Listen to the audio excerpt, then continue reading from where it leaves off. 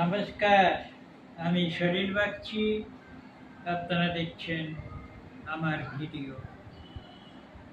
আজ আমি আপনাদের জন্য এখন নিয়ে এসেছি সাহিত্যিক, ঔপন্যাসিক এবং গল্পকার বিভূতিভূষণ বন্দ্যোপাধ্যায়ের জন্মদিন। আজ 12ই সেপ্টেম্বর। সাহিত্যিক, লেখক, ঔপন্যাসিক বিভূতিভূষণ বন্দ্যোপাধ্যায়ের জন্মদিন। এই বিভূতিভূষণ বন্দ্যোপাধ্যায় জন্মগ্রহণ করেছিলেন 12ই সেপ্টেম্বর 1894 খ্রিস্টাব্দে। তার জন্মস্থান ছিল তার মামার বাড়ি মুরাতিপুর নামক গ্রামে। এই মুরাতিপুর নদিয়া জেলায় অবস্থিত।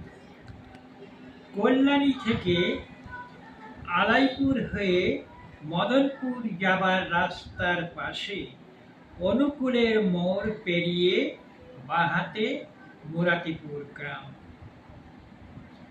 আর এই রাস্তার ডান পাশে দক্ষিণ চান্দামারি বাজার ও গ্রাম।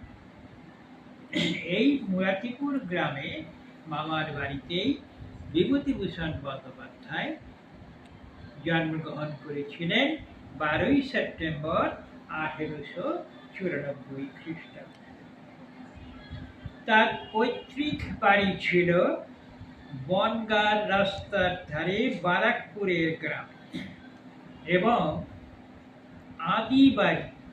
আদি বাড়ি ছিল বসিরহাট মহকুমার অন্তর্গত পানিতোর গ্রাম।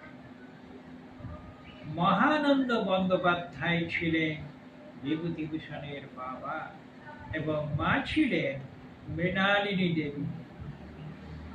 বাবা মহানন্দ বন্দ্যোপাধ্যায় ছিলেন একজন সংস্কৃত পণ্ডিত, এবং এই পাণ্ডিত্যের জন্য তিনি শাস্ত্রী উপাধি লাভ করেছিলেন।